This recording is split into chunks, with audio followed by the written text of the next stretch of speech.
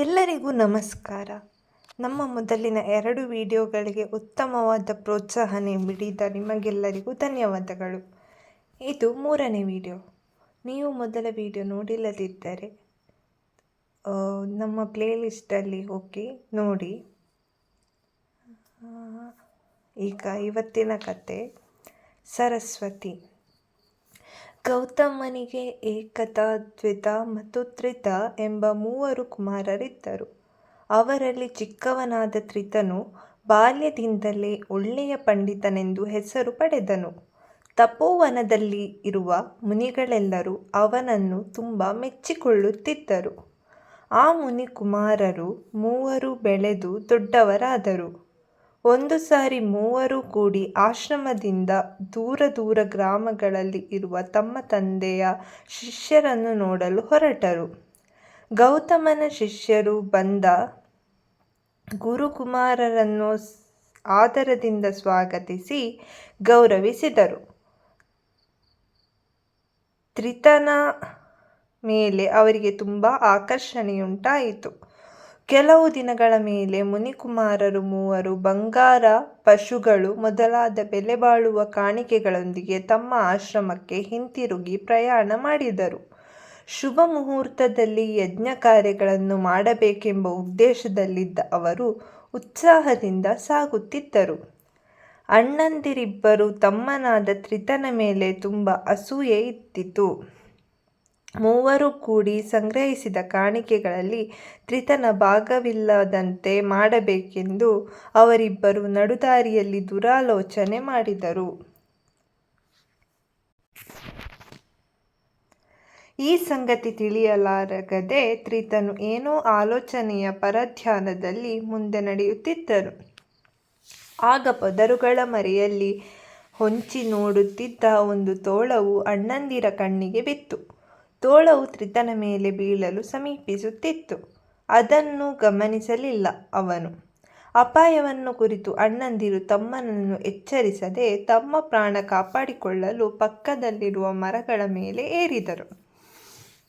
ತನ್ನ ಮೇಲೆ ಹಾರಲಿರುವ ತೋಳವನ್ನು ನೋಡಿದ ಕೂಡಲೇ ತ್ರಿತನು ಅಲ್ಲಿಂದ ಓಡಿ ಬದಿಯಲ್ಲಿದ್ದ ಪಾಳು ಬಾವಿಯೊಳಗೆ ಬಿದ್ದು ಬಿಟ್ಟನು.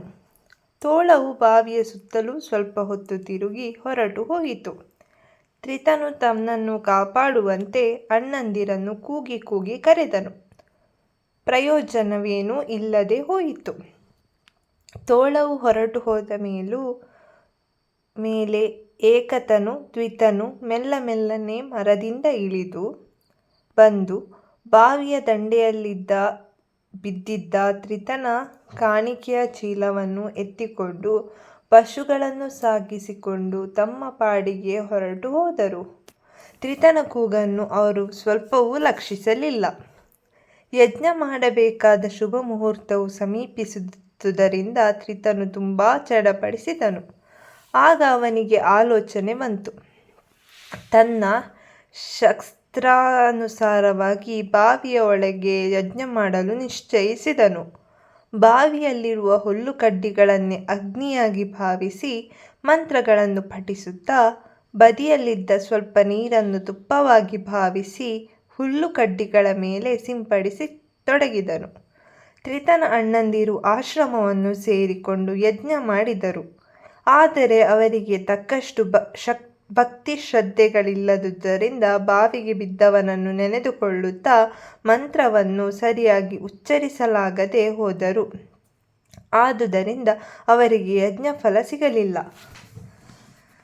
ಅವರದು ವ್ಯಥಾ ಪ್ರಯತ್ನವಾಯಿತು. ಬಾವಿಯಲ್ಲಿ ಯಜ್ಞ ಮಾಡುತ್ತಿದ್ದ ತ್ರಿತನ ಭಕ್ತಿ ಶ್ರದ್ಧೆಗಳಿಗೆ ದೇವತೆಗಳು ಸಂತೋಷಪಟ್ಟು ಪ್ರತ್ಯಕ್ಷರಾಗಿ ಏನು ಬರಬೇಕೆಂದು ಕೇಳಿದರು. ತಾನು ಬಾವಿಯಿಂದ ಹೊರಬೀಳಬೇಕೆಂದೂ ಆ ಬಾವಿಯಿಂದ ಹೊರಡುವ ನೀರು ದೇವತೆಗಳಿಗೂ ಸಮರ್ಪಿತವಾದಂತಹ ಪವಿತ್ರವಾಗಿರಬೇಕೆಂದು ವರ ಕೇಳಿದನು. ತ್ರಿತನು ಕೇಳಿದಂತೆಯೇ ದೇವತೆಗಳು ವರವನ್ನು ಪ್ರಸಾದಿಸಿದರು. ಉಕ್ಕಿಕೊಂಡ ಜಲಪ್ರವಾಹವು ಅವನನ್ನು ಮೇಲೆತ್ತಿ ಹಾಕಿತು. ಆ ನೀರು ಅಲ್ಲಿಂದ ನದಿಯಾಗಿ ಪ್ರವಹಿಸಲು ತೊಡಗಿತು. ದೇವತೆಗಳ ಶಾಪದಿಂದ ದ್ರೋಹಿಗಳಾದ ತ್ರಿತನ ಅಣ್ಣಂದಿರು ಹಂದಿಯಂತಹ ಪ್ರಾಣಿಯಂತಾದರು. ಆ ನದಿ ಸರಸ್ವತಿ ಎಂಬ ಹೆಸರಿನಿಂದ ಪ್ರಸಿದ್ಧವಾಯಿತು. ಆ ನದಿಯ ಔನ್ನತ್ಯವನ್ನು ವೇದಕಾಲದ ಋಷಿಗಳು 1000 ನಾಲಗೆಗಳಿಂದ ಕೀರ್ತಿಸಿದ್ದಾರೆ. ಕಾಲಕ್ರಮದಲ್ಲಿ ಸರಸ್ವತಿ ನದಿ ಭೂಗರ್ಭದೊಳಗೆ ಸೇರಿತು. ಅಂತರ್ವಾಹಿನಿಯಾದ ಸರಸ್ವತಿ ನದಿ ಅಲಹಾಬಾದಿನ ಸಮೀಪ ಪ್ರಯಾಗದಲ್ಲಿ ಯಮುನೆಯೊಂದಿಗೆ ಸೇರಿ ಗಂಗಾ ನದಿಯಲ್ಲಿ ಸಂಗಮಿಸುತ್ತದೆ. ಇದು ಮೊದಲನೆಯ ಕತೆ. ಈಗ ಎರಡನೆಯ ಕತೆ ಕೇಳೋಣ. ದೋಷ ಯಾರದು? ಒಂದು ಕಾಲದಲ್ಲಿ ಲಕ್ಷಣ ದೇಶವನ್ನು ಮಿಹಿರವರ್ಮನೆಂಬನೊಬ್ಬ ರಾಜನು ಪಾಲಿಸಿಕೊಂಡಿದ್ದನು. ಒಂದು ಸಾರಿ ಎಲ್ಲಿಂದಲೋ ನಿರ್ಮಲಾನಂದನೆಂಬ ದೊಡ್ಡ ಯೋಗೀಶ್ವರನೊಬ್ಬನು ಆ ದೇಶದ ರಾಜಧಾನಿ ನಗರಕ್ಕೆ ಬಂದು ಒಂದು ಪ್ರಶಸ್ತ ಜಾಗದಲ್ಲಿ ತಳವೂರಿದನು. ಕ್ರಮವಾಗಿ ಕೆಲವು ದಿನಗಳಲ್ಲಿ ಅವನ ಮಹಿಮೆಗಳು ನಗರದೊಳಗೆಲ್ಲ ಪ್ರಚಾರವಾಯಿತು. ಪ್ರಜೆಗಳು ಅವನನ್ನು ಭಗವಂತನ ಅಂಶದಿಂದ ಹುಟ್ಟಿದ ಅವತಾರ ಪುರುಷನೆಂದು ಭಾವಿಸಿ ಪೂಜಿಸುತ್ತಿದ್ದರು. ಆ ಸ್ಥಳವು ಕ್ಷೇತ್ರದಂತಾಯಿತು. ನಿರ್ಮಲಾನಂದನ ದೊಡ್ಡತನವನ್ನು ಮಿಹಿರವರ್ಮನೆಂಬ ರಾಜನು ಕೇಳಿದನು. ಅವನ ದರ್ಶನ ಮಾಡಬೇಕೆಂಬ ಕೋರಿಕೆ ರಾಜನಿಗೂ ಉಂಟಾಯಿತು. ಆಗ ಪ್ರಭುತ್ವಚಾರದಲ್ಲಿ ಒಬ್ಬನು ನಿರ್ಮಲಾನಂದನು ನಿಜವಾದ ಯೋಗಿಯಂತೆ ಕಾಣುವುದಿಲ್ಲವೆಂದು ರಾಜನೊಂದಿಗೆ ನಿವೇದಿಸಿದನು. ಅದನ್ನು ತಿಳಿದುಕೊಳ್ಳಲು ಮಿಹಿರವರ್ಮನು ಆ ಯೋಗಿಯ ಮೇಲೆ ಗೂಢಚಾರರನ್ನು ನಿಯಮಿಸಿದನು. ಕೆಲವು ದಿನಗಳಲ್ಲಿ ಅವನೊಬ್ಬ ಕಳ್ಳಯೋಗಿ ಎಂದು ಗೊತ್ತಾಯಿತು.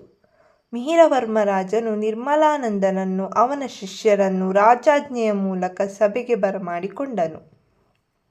ಸಭೆಯಲ್ಲಿ ಅವನ ಅಪರಾಧವನ್ನು ಕುರಿತು ರಾಜನು ಪ್ರಸ್ತಾವಿಸಿದಾಗ ಇನ್ನೂ ಅಲ್ಲಗೆಳೆದು ಪ್ರಯೋಜನವಿಲ್ಲವೆಂದು, ರಾಜನಿಗೆ ಎಲ್ಲವೂ ತಿಳಿದು ಹೋಯಿತೆಂದು, ಅಲ್ಲಗೆಳೆದು ಮಾತಾಡುವುದರಿಂದ ದಂಡನೆ ಕಠಿಣವಾಗಿರುವುದೆಂದು ಯೋಗಿಗೆ ಗೊತ್ತಾಗಿ ಬಿಟ್ಟಿತು. ಆದರೂ ನಿರ್ಮಲಾನಂದನು ಸ್ವಲ್ಪವೂ ಹೆದರದೆ, ಮಹಾರಾಜ, ನೀವು ನನ್ನ ಮೇಲೆ ಹಾಕಿದ ತಪ್ಪುಗಳೆಲ್ಲವೂ ನಿಜವೇ. ಆದರೆ ಅದರಲ್ಲಿ ದೋಷವು ನನ್ನದು ಅಲ್ಲವೇ ಅಲ್ಲ. ಯಾವುದು ಸತ್ಯ, ಯಾವುದು ಸುಳ್ಳು ಎಂಬುದನ್ನು ತಿಳಿಯಬೇಕೆಂಬ ಅರಿವಿಲ್ಲದೆ ನಂಬಿದ ಜನರದೇ ದೋಷ.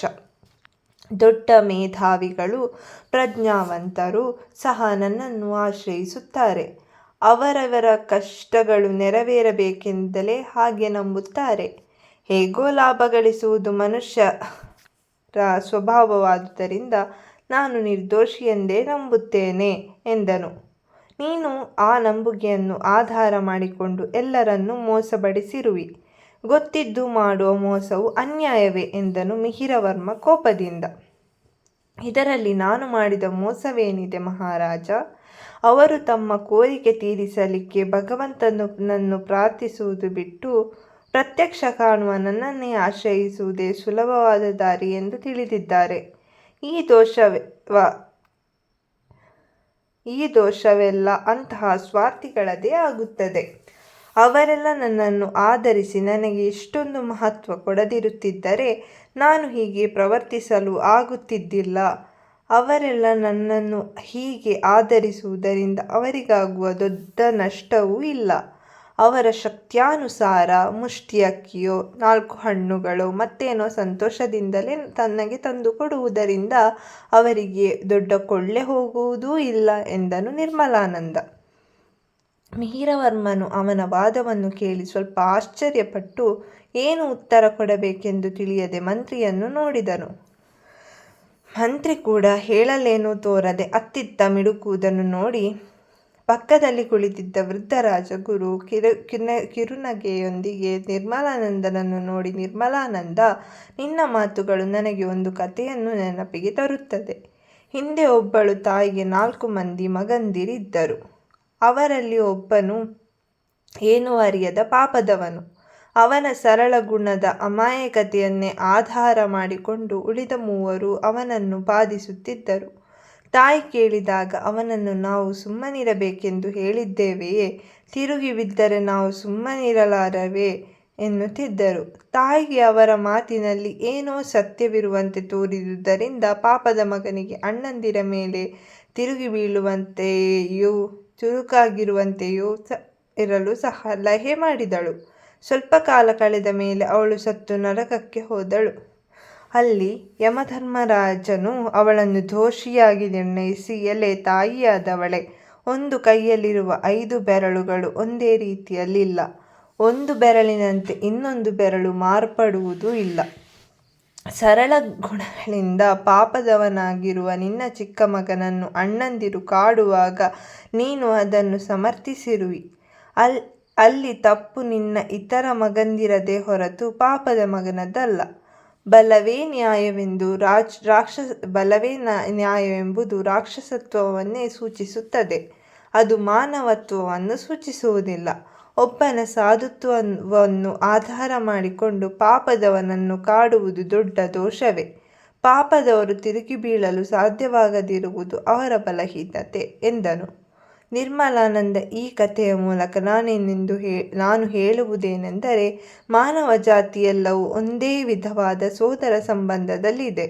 ದೊಡ್ಡವುಗಳನ್ನು ಬಯಸುವುದು, ಅವುಗಳಿಗಾಗಿ ತಾಪತ್ರಯ ಪಡುವುದು ಅನೇಕರ ಬಲಹೀನತೆಯೇ. ಅದನ್ನು ಆಧಾರ ಮಾಡಿಕೊಂಡು ಸುಖವಾಗಿ ಬದುಕಬೇಕೆನ್ನುವ ನೀನು ದೋಷಿಯೇ ನಿಜ, ಸಂದೇಹವಿಲ್ಲ. ನಿನ್ನನ್ನು ಆದರಿಸುವುದರಿಂದ ಅವರಿಗೇನು ನಷ್ಟವಿಲ್ಲವೆನ್ನುವಿ, ಅದು ನಿಜವಲ್ಲ. ನಿನಗೆ ಊಟ ಹಾಕುವುದರಿಂದ ಅವರಿಗೆ ಆರ್ಥಿಕವಾಗಿ ದೊಡ್ಡ ನಷ್ಟವಾಗದಿದ್ದರೂ ಅವರ ಬಲಹೀನತೆಯನ್ನೇ ನೀನು ಇನ್ನಷ್ಟು ವೃದ್ಧಿ ಮಾಡಿಸುತ್ತಾ ಮಾನಸಿಕವಾಗಿ ಅವರಿಗೆ ತೀರಲಾದ ನಷ್ಟವನ್ನೇ ಮಾಡಿಸುತ್ತಿ. ಇಂತಹ ನಿನ್ನನ್ನು ಶಿಕ್ಷಿಸದೆ ಬಿಟ್ಟರೆ ಆ ದೋಷವು ಅಲ್ಲಿ ತಾಯಿಗೆ ಬಂದ ಹಾಗೆ ಇಲ್ಲಿ ದೇಶವನ್ನು ಪಾಲಿಸುವ ರಾಜನಿಗೆ ತಗಲುತ್ತದೆ ಎಂದನು. ರಾಜಗುರುವಿನ ಮಾತನ್ನು ಕೇಳಿ ನಿರ್ಮಲಾನಂದನು ಲಜ್ಜಿತನಾಗಿ ತಲೆ ಬಾಗಿಸಿಕೊಂಡನು. ಮಿಹಿರವರ್ಮ ರಾಜನು ಬಹಳ ಸಂತೋಷಪಟ್ಟು ನಿರ್ಮಲಾನಂದನಿಗೆ ಎಂತಹ ಶಿಕ್ಷೆ ವಿಧಿಸಬೇಕೆಂದು ರಾಜಗುರುವನ್ನೇ ನಿರ್ಣಯಿಸಲು ಹೇಳಿದನು. ಆಗ ರಾಜಗುರು, ನಿರ್ಮಲಾನಂದನು ಅವನ 2 ಶಿಷ್ಯರು ಸಹ ಒಳ್ಳೆಯ ಶರೀರದಾರ್ಢ್ಯದಿಂದಿದ್ದಾರೆ. ಅವರಿಗೆ ವಕ್ರಮಾರ್ಗದಲ್ಲಿ ನಡೆಯುವ ಅವಕಾಶ ಕೊಡಬಾರದು. ಜಡತನ, ಸೋಮಾರಿತನಗಳಿಂದ ಬದುಕಲು ಬಿಡಬಾರದು. ಈ 3 ರಾಜೋದ್ಯಾನದಲ್ಲಿ ತೋಟದ ಕೆಲಸ ಮಾಡುವುದು ಮೇಲು. ಅದರಿಂದ ಅವರ ಮೂಲಕ ಊರಿಗೆ ಕೆಡುಕಾಗದು. ಅವರು ಒಳ್ಳೆಯ ಮನುಷ್ಯರಾಗುತ್ತಾರೆ ಎಂದನು. ಮಿಹಿರವರ್ಮ ರಾಜನು ರಾಜಗುರು ಹೇಳಿದಂತೆಯೇ ಮಾಡಿದನು. ಮುಂದೆ ನಿರ್ಮಲಾನಂದನು ನಿರ್ಮಲ ಜೀವಿಯಾಗಿಯೇ ಬದುಕಿದನು. ಈ ಕತೆ ಹೇಗಿತ್ತು? ಮುಂದಿನ ಪುಟ್ಟ ಕಥೆಯನ್ನು ಕೇಳೋಣ. ಮೂರ್ಖನ ದಾನ. ಜಂಗಮಪುರದ ಜನರೆಲ್ಲರೂ ಕೂಡಿ ತಮ್ಮ ಊರಿನಲ್ಲಿ ಒಂದು ಶ್ರೀರಾಮ ದೇವಾಲಯವನ್ನು ಕಟ್ಟಿಸಬೇಕೆಂದು ನಿರ್ಧರಿಸಿದರು. ಅದಕ್ಕಾಗಿ ಚಂದಾ ವಸೂಲು ಮಾಡಲು ತಯಾರಾದರು. ಅವರು ಮೊದಲು ಗ್ರಾಮಾಧಿಕಾರಿಗಳನ್ನು ನೋಡಿ ತಮ್ಮ ಸಂಗತಿಯನ್ನು ಹೇಳಿದರು. ನಿಮಗೆ ಗೊತ್ತಿದ್ದುದಷ್ಟೇ, ಅದು ಸಂಗತಿಯನ್ನು ಹೇಳಿದರು. ಗ್ರಾಮಾಧಿಕಾರಿ ಅವರೊಂದಿಗೆ, ಸರಿ, ಊರ ಹೊರಗಿರುವ ಮಾವಿನ ತೋಟದ ಪಕ್ಕದಲ್ಲಿರುವ ಸ್ಥಳ ನನ್ನದೆಂದು ನಿಮಗೆ ಗೊತ್ತಿದ್ದಷ್ಟೇ. ಅದು 1000 ರೂಪಾಯಿ ಬೆಲೆಯ ಜಾಗ. ನನ್ನ ಚಂದ 1000 ರೂಪಾಯಿ ಬರೆದುಕೊಂಡು ಆ ಸ್ಥಳವನ್ನು ತೆಗೆದುಕೊಳ್ಳಿ ಎಂದನು. ಇದನ್ನು ಕೇಳಿ ಗ್ರಾಮಸ್ಥರಿಗೆ ಸಂತೋಷವಾಯಿತು. ಗ್ರಾಮಾಧಿಕಾರಿಗಳು ಕೊಡುವ ಸ್ಥಳದಲ್ಲೇ ಆಲಯ ಕಟ್ಟಬಹುದೆಂದುಕೊಂಡರು. ತರುವಾಯ ಅವರು ಮನೆಗೂ ಹೋಗಿ ಚಂದ ವಸೂಲು ಮಾಡಿದರು. ಹಾಗೆ ವಸೂಲಾದ ಚಂದದ ಮೊತ್ತವು ಆಲಯ ನಿರ್ಮಾಣಕ್ಕೆ ಗೊತ್ತುಪಡಿಸಿದ ಹಣಕ್ಕೆ 500 ಕಡಿಮೆಯಾಗಿತ್ತು. ಅದಕ್ಕೇನು ಮಾಡುವುದೆಂದು ತಿಳಿಯದೆ ಅವರೆಲ್ಲರೂ ಗ್ರಾಮಾಧಿಕಾರಿಯ ಬಳಿಗೆ ಹೋಗಿ ಸಂಗತಿಯನ್ನು ಹೇಳಿದರು. ಅದಕ್ಕಾಗಿ ಗ್ರಾಮಾಧಿಕಾರಿ, ಅದೊಂದು ಸಣ್ಣ ವಿಷಯ, ನಾನು ಕೊಟ್ಟ ಸ್ಥಳದ ಬೆಲೆ 1500 ಅಂತ ಮಾಡಿಬಿಡುತ್ತೇನೆ. ಹೇಗೂ ರಾಮ ದೇವಾಲಯದಂತಹ ಪುಣ್ಯ ಕಾರ್ಯವಿದು. ನನ್ನ ಚಂದ 1500 ರೂಪಾಯಿ ಆಯಿತೋ ಇಲ್ಲವೋ? ಹಾಗೆ ಬರೆದುಕೊಳ್ಳಿ, ಈಗ 500ರ ಕೊರತೆ ತುಂಬಿ ಬಂತಷ್ಟೇ ಎಂದನು. ಹೇಗಿತ್ತು ಈ ಕತೆ? ಇನ್ನೊಂದು ಕತೆ, ಮೇಕೆಯ ಮಹತ್ವ. ಅನೇಕ ವರ್ಷಗಳ ಹಿಂದೆ ನಾಗಪುರವೆಂಬ ಒಂದು ಊರಿನಲ್ಲಿ ಮುಕುಂದಪ್ಪನೆಂಬ ಬಡ್ಡಿ ಲೇವಾದೇವಿ ನಡೆಸುವವನೊಬ್ಬನಿದ್ದನು. ಬಹು ದೊಡ್ಡ ಧನಿಕನಾದ ಅವನು ತನ್ನ ಕೈಯಿಂದ ಸಾಲ ಪಡೆಯುವುದರಿಂದ ಬಡ್ಡಿಗೆ ಬಡ್ಡಿ ಎಂಬ ಚಕ್ರಬಡ್ಡಿಯ ಕ್ರಮದಲ್ಲಿ ನಿರ್ದಾಕ್ಷಿಣ್ಯವಾಗಿ ವಸೂಲು ಮಾಡುತ್ತಿದ್ದನು. ಆ ಕಾರಣದಿಂದ ಅವನ ಹತ್ತಿರ ಸಾಲ ಪಡೆದವರೆಷ್ಟೋ ಮಂದಿ ಮನೆಮಾರುಗಳನ್ನೆಲ್ಲ ಕಳೆದುಕೊಂಡು ಬಿಕಾರಿಗಳಾಗಿ ಹೋಗುತ್ತಿದ್ದರು. ಒಳಗೊಳಗೆ ಅವನನ್ನು ಶಪಿಸಿಕೊಂಡಿದ್ದರೂ ಊರಿನಿಂದ ನಿಂದಿಸಲು ಯಾರಿಗೂ ಸಾಧ್ಯವಿರಲಿಲ್ಲ, ಧೈರ್ಯವಿರಲಿಲ್ಲ. ಹೀಗಾಗಿ ಕ್ರಮೇಣ ಬಡ್ಡಿ ವ್ಯಾಪಾರದ ಮುಕುಂದಪ್ಪನೆಂದರೆ ಊರಿನವರಿಗೆಲ್ಲ ದ್ವೇಷದ ಕುದಿತವೊಂದು ಎಲ್ಲರ ಉಸಿರಿನೊಳಗೂ ಉಕ್ಕುತ್ತಿದ್ದಿತು. ಇದು ಮುಕುಂದಪ್ಪನಿಗೂ ಗೊತ್ತಾಗಿ ಬಿಟ್ಟಿತು.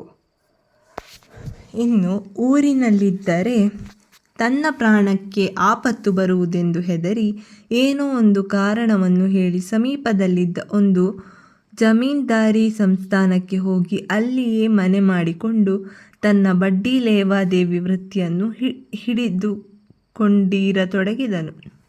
ಹಾಗೆ ಹೋಗುವ ಮೊದಲು ನಾಗಪುರದಲ್ಲಿ ಸಾಲ ತೀರಿಸಲಾಗದವರ ಕೆಲವು ಮನೆಗಳನ್ನು ಅವನು ಜಪ್ತಿ ಮಾಡಿಸಿ ಅವುಗಳನ್ನು ಹರಾಜಿಗೆ ಇಡಿಸಿದ್ದನು. ಒಂದು ಸಾರಿ ಹಳೆಯ ಲೆಕ್ಕವನ್ನೆಲ್ಲ ನೋಡಿ ಆ ಹಣವನ್ನು ವಸೂಲು ಮಾಡಿಕೊಂಡು ಬರಲು ತನ್ನ ಮಗನಾದ ಭೂಪತಿಯನ್ನು ಆ ಊರಿಗೆ ಕಳಿಸಿಕೊಟ್ಟನು. ಭೂಪತಿ ನಾಗಪುರಕ್ಕೆ ಹೋಗಿ ಅಲ್ಲಿ 8 ದಿನಗಳವರೆಗೆ ಇದ್ದು ಹರಾಜಿನಲ್ಲಿ ಬರಬೇಕಾದ ಹಣವನ್ನು ವಸೂಲು ಮಾಡಿದನು. ಆಮೇಲೆ ಅವನು ಆ ಹಣವನ್ನೆಲ್ಲ ಭದ್ರಪಡಿಸಿಕೊಂಡು ಅಲ್ಲಿಂದ ಹಿಂತಿರುಗುವ ಸಮಯದಲ್ಲಿ ಅವನ ತಂದೆಯಿಂದ ಒಂದು ಸಮಾಚಾರ ಬಂತು. ನಾಗಪುರದಲ್ಲಿ ಬೇರೆ ಬೇರೆ ಊರುಗಳಿಂದಲೂ ಉತ್ತಮವಾದ ಮೇಕೆಗಳು ಸಿಗುತ್ತಿದ್ದವು. ಆದುದರಿಂದ ಹಣದ ವಿಷಯದಲ್ಲಿ ಹಿಂಜರಿಯದೆ ಎಷ್ಟು ಹಣವಾದರೂ ಕೊಟ್ಟು ಒಂದು ಒಳ್ಳೆಯ ಮೇಕೆಯನ್ನು ಕೊಂಡು ಬರಬೇಕೆಂದು ಮುಕುಂದಪ್ಪನು ತನ್ನ ಮಗನಿಗೆ ಹೇಳಿ ಕಳುಹಿಸಿದ್ದನು. ಅದಕ್ಕಾಗಿ ಭೂಪತಿ ಪಶುಗಳ ಸಂತೆಗೆ ಹೋದನು.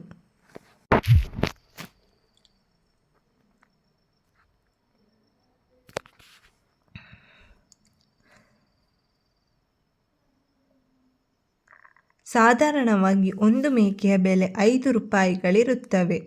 ಭೂಪತಿ ಒಬ್ಬ ಮೇಕೆಯವನ ಬಳಿ ಹೋಗಿ ಅವನ ಹತ್ತಿರವಿರುವ ಮೇಕೆಗಳಲ್ಲಿ ಒಂದನ್ನು ತೋರಿಸಿ ಇದರ ಬೆಲೆ ಎಷ್ಟೆಂದು ಕೇಳಿದನು. 10 ರೂಪಾಯಿಗಳೆಂದನು ವ್ಯಾಪಾರಿ.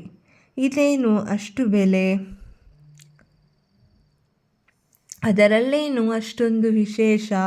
ಉಳಿದ ಮೇಕೆಗಳಿಗಿಂತ ಇದು ಶ್ರೇಷ್ಠವಾದ ಮೇಕೆಯೋ? ನೋಡಿದರೆ ಹಾಗೇನು ಕಾಣುವುದಿಲ್ಲವಲ್ಲ ಎಂದು ಕೇಳಿದನು ಭೂಪತಿ. ಈ ಪ್ರಶ್ನೆಗೆ ವ್ಯಾಪಾರಿ ಬೇಸರದ ಮುಖ ಮಾಡಿಕೊಂಡು ಭೂಪತಿಯನ್ನು ಪರೀಕ್ಷಿಸುವನಂತೆ ಮೇಲಿನಿಂದ ಕೆಳಗೆವರೆಗೂ ನೋಡಿ, ನಾನು ಸಂತೆಗೆ ಮಾರಲು ಎಲ್ಲ ಮೇಕೆಗಳು ಶ್ರೇಷ್ಠವಾದ ಮೇಕೆಗಳೇ. ಸಾಮಾನ್ಯವಾದ ಮೇಕೆ ಯಾವುದು ನನ್ನ ಹತ್ತಿರವಿಲ್ಲ. ಇದಕ್ಕಿಂತ ಒಳ್ಳೆಯ ಮೇಕೆ ಬೇಕಾದರೆ ದೊರೆ ಮಾದಯ್ಯನ ಹತ್ತಿರ ಹೋಗಬೇಕು ಎಂದನು. ಯಾರು ಆ ಮಾದಯ್ಯ? ಎಲ್ಲಿರುತ್ತಾನೆ ಎಂದು ಕೇಳಿದನು ಭೂಪತಿ. ಅವನು ಈ ಸಂತೆಯ ಆಚೆಗಿರುವ ಕೆರೆ ಹತ್ತಿರ ಗುಡಾರ ಹಾಕಿಕೊಂಡು ಮೇಕೆಗಳ ವ್ಯಾಪಾರ ಮಾಡುತ್ತಾನೆ. ಅವನನ್ನು ಎಲ್ಲರೂ ಮಂತ್ರದ ಮಾದಯ್ಯ ಅನ್ನುತ್ತಾರೆ. ಅವನ ಬೇಡರ ವೇಷ ನೋಡಿದ ಕೂಡಲೇ ನಿಮಗೆ ಗುರುತು ಸಿಗುತ್ತದೆ. ನಿಮ್ಮಂಥವರು ಆತನ ಮೇಕೆ ಕೊಂಡುಕೊಳ್ಳುವುದೇ ಒಳ್ಳೆಯದು ಎಂದನು ವ್ಯಾಪಾರಿ. ಭೂಪತಿ ಅವನು ಹೇಳಿದ ಕಡೆಗೆ ನಡೆದು ಮಂತ್ರದ ಮಾದಯ್ಯನೆಂಬ ಆ ಬೇಡನ ಬಳಿಗೆ ಹೋದನು. ಮಂತ್ರದ ಮಾದಯ್ಯ ಅವನನ್ನು ಬಂದ ಕೆಲಸವನ್ನು ತಿಳಿದು, ನನ್ನ ಹತ್ತಿರ ಕುಣಿಯಲು ಕಲಿತ ಮೇಕೆಯೊಂದಿದೆ. ನೀನು ಅದನ್ನು ನೋಡಬೇಕಾದರೆ 20 ರೂಪಾಯಿ ಕೊಡಬೇಕು. ನೋಡಿ ಒಪ್ಪಿದ ಪಕ್ಷದಲ್ಲಿ ಅದರ ಬೆಲೆ ಎಷ್ಟೆಂದು ಹೇಳುತ್ತೇನೆ ಎಂದನು. ಕುಣಿಯಲು ಕಲಿತ ಮೇಕೆಯನ್ನು ನೋಡಬೇಕೆಂಬ ಕುತೂಹಲವಾಯಿತು ಭೂಪತಿಗೆ. ಅವನು ಮಾದಯ್ಯನಿಗೆ 20 ರೂಪಾಯಿ ಕೊಟ್ಟು ಆ ಮೇಕೆಯನ್ನು ನೋಡಿದನು. ನೋಡಿ 20 ರೂಪಾಯಿ ದಂಡವಿಲ್ಲವೆಂದುಕೊಂಡನು. ಆ ಮೇಕೆ ಹಗ್ಗದ ಮೇಲೆ ನಡೆಯುತ್ತಿತ್ತು. ಹಗ್ಗದಲ್ಲಿ ನೇತಾಡಿ ನಿಲ್ಲುತ್ತಿತ್ತು. ನೆಟ್ಟಗಿರುವ ಕಂಬದ ಮೇಲೆ ಹತ್ತಿ ಹೋಗಬಲ್ಲದು. ಹೀಗೆ ಅದು ದೊಂಬರಾಟವರನ್ನು ಮೀರಿಸುವಂತೆ ಮಾಡಿ ತೋರಿಸಿತು. ಅದೇ ಅದರ ಕುಣಿತದ ಮಹಿಮೆ. ಭೂಪತಿಗೆ ಬಹಳ ಆಶ್ಚರ್ಯವಾಯಿತು. ಅಷ್ಟೇ ಸಂತೋಷವೂ ಆಯಿತು. ಅವನು ಬೇಡರ ಮಾದಯ್ಯನನ್ನು ನೋಡಿ ಇದರ ಬೆಲೆ ಎಷ್ಟು ಎಂದು ಕೇಳಿದನು. ಈವರೆಗೂ ಇದನ್ನು ಮಾರುವ ಆಲೋಚನೆ ಇರಲಿಲ್ಲ. ಈಗ ನಾನು ಇದನ್ನು ಮಾರಬೇಕೆಂಬ ಆಲೋಚನೆ ಮಾಡಿದರೆ 1000 ರೂಪಾಯಿಗಳಿಗಿಂತ ಕಡಿಮೆ ಮಾರಲಾರೆ ಎಂದನು ಮಾದಯ್ಯ. ನಾನು ಎಲ್ಲಿಯೂ ಕೇಳದಷ್ಟು ಬೆಲೆ ಇದು. ಒಂದು ಮೇಕೆಯ ಬೆಲೆ 1000 ರೂಪಾಯಿಗಳೇ ಎಂದನು ಭೂಪತಿ ಆಶ್ಚರ್ಯದಿಂದ. ಇದಕ್ಕೆ ಇಷ್ಟು ಆಶ್ಚರ್ಯವಾದರೆ ಹೇಗೆ? ನನ್ನ ಹಾಡುವ ಮೇಕೆಯ ಬೆಲೆಯನ್ನು ಕೇಳಿದರೆ ಇನ್ನೆಷ್ಟು ಆಶ್ಚರ್ಯ ಪಡುವಿರೋ ಎಂದನು ಬೇಡರ ಮಾದಯ್ಯ. ಹಾಡುವ ಮೇಕೆಯೇ? ನಿನ್ನ ಹತ್ತಿರ ಹಾಡುವ ಮೇಕೆ ಕೂಡ ಇದೆಯೇ? ಅದನ್ನು ನಾನು ನಂಬಬೇಕೆನ್ನುವಿಯಾ ಎಂದು ಕೇಳಿದನು ಭೂಪತಿ. ಅಂತಹ ಮೇಕೆ ನನ್ನ ಹತ್ತಿರ ಇಲ್ಲದೆ ಸುಮ್ಮನೆ ಹೇಳುವೆನೆಂದು ನಿಮ್ಮ ಅನುಮಾನ. ಕಣ್ಣಾರೆ ನೋಡಿದ್ದರೆ ನಂಬದಿರಲು ಸಾಧ್ಯವಿಲ್ಲವಷ್ಟೆ. ಅದರ ಹಾಡು ಕೇಳಬೇಕೆಂದಿದ್ದರೆ 100 ರೂಪಾಯಿ ಕೊಡಬೇಕು. ನೋಡಿ ಕೇಳಿ ನಂಬಬಹುದು, ಆಗಬಹುದೇ ಎಂದನು ಬೇಡರ ಮಾದಯ್ಯ. ಭೂಪತಿ ಹಾಗೆ ಕೊಡಲು ಒಪ್ಪಿದನು. ಬೇಡರ ಮಾದಯ್ಯ ಗುಡಾರದೊಳಗೆ ಹೋಗಿ ಒಂದು ಮೇಕೆಯನ್ನು ಭೂಪತಿಯ ಮುಂದೆ ತಂದು ನಿಲ್ಲಿಸಿ ಅದರ ತಲೆಯನ್ನು, ಮುಖವನ್ನು, ಮೈಯನ್ನು ತಡವಿ ಕುಣಿಯುತ್ತಾ ಹಾಡಲು ಹೇಳಿದನು. ಮೇಕೆ ಮನುಷ್ಯರ ಹಾಗೆ ಅದೊಂದು ರಾಗದಿಂದ ಹಾಡಿತು. ಹಾಡಿಗೆ ತಕ್ಕ ಹಾಗೆ ಕುಣಿದಾಡಿತು. ಅದರ ಹಾಡು ತುಂಬ ಸುಶ್ರಾವ್ಯವಾಗಿತ್ತು. ಅದರ ಹಾಡಿಗೆ ಭೂಪತಿ ತಲೆಯಾಡಿಸಿ ಆನಂದಪಟ್ಟನು. ಇದರ ಬೆಲೆ ಎಷ್ಟು ಎಂದು ಕೇಳಿದನು ಭೂಪತಿ. 5000 ರೂಪಾಯಿ ಎಂದನು ಬೇಡರ ಮಾದಯ್ಯ. 5000ವೇ? ನನ್ನ ಹತ್ತಿರ ಇರುವ ಹಣವೇ ಅಷ್ಟು.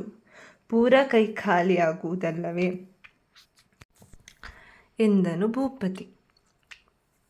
ಆದರೇನಾಯಿತು? ಹಾಡುವಂತಹ ಮೇಕೆಯನ್ನು ಎಷ್ಟು ನೋಡಿದ್ದೀರಿ? ಇನ್ನೊಂದು ಸಂಗತಿ ಇದೆ. ಇದರ ಬೆಲೆ ನನ್ನ ಹತ್ತಿರವಿರುವ ಹಾಡುತ್ತಾ ಕುಣಿದು ದೊಂಬರಾಟ ತೋರಿಸುವ ಆಡಲಿಕ್ಕೂ ಕಲಿತ ಮೇಕೆಯ ಬೆಲೆಗಿಂತ ಕಮ್ಮಿಯೇ ಆಗುತ್ತದೆ ಎಂದನು ಬೇಡರ ಮಾದಯ್ಯ. ಅಂತಹ ಮೇಕೆ ಕೂಡ ಇದೆಯೇ? ಅದನ್ನು ನೋಡಬಹುದೇ ಎಂದು ಕೇಳಿದನು ಭೂಪತಿ. ತಪ್ಪದೆ ನೋಡಬಹುದು. ನೋಡಲಿಕ್ಕೆ 200 ರೂಪಾಯಿ ಕೊಡಬೇಕು ಎಂದನು ಮಂತ್ರದ ಬೇಡರ ಮಾದಯ್ಯ. ಭೂಪತಿ ಅದಕ್ಕೆ ಒಪ್ಪಿಕೊಂಡನು. ಬೇಡರ ಮಾದಯ್ಯ ಗುಡಾರದೊಳಗೆ ಹೋಗಿ ಮತ್ತೊಂದು ಮೇಕೆಯನ್ನು ತಂದನು. ಅದಕ್ಕೆ ಬಣ್ಣ ಬಣ್ಣದ ದುಸ್ತುಗಳನ್ನು ತೊಡಿಸಲಾಗಿತ್ತು. ಅದು 2 ಕಾಲುಗಳಿಂದ ನಾಟ್ಯವಾಡುತ್ತಾ ಇಂಪಾಗಿ ಒಂದು ಹಾಡನ್ನು ಹಾಡಿತು. ಇದಕ್ಕಿಂತ ಅದ್ಭುತ ಬೇರೊಂದಿಲ್ಲವೆಂದು ತೋರಿತು ಭೂಪತಿಗೆ. ಇದನ್ನು ಎಷ್ಟಕ್ಕೆ ಮಾರಬೇಕೆಂದಿರುವೆ ಎಂದು ಭೂಪತಿ ಮಾದಯ್ಯನನ್ನು ಕೇಳಿದರು. 10,000 ಸಿಗಬೇಕು. ಅದಕ್ಕಿಂತ ಕಡಿಮೆಗೆ ಇದನ್ನು ಮಾರುವುದಿಲ್ಲ ಎಂದನು ಮಂತ್ರದ ಮಾದಯ್ಯ. ಅದು ಬಹಳ ಹೆಚ್ಚು ಎಂದನು ಭೂಪತಿ. ಹೆಚ್ಚೇನೂ ಅಲ್ಲ.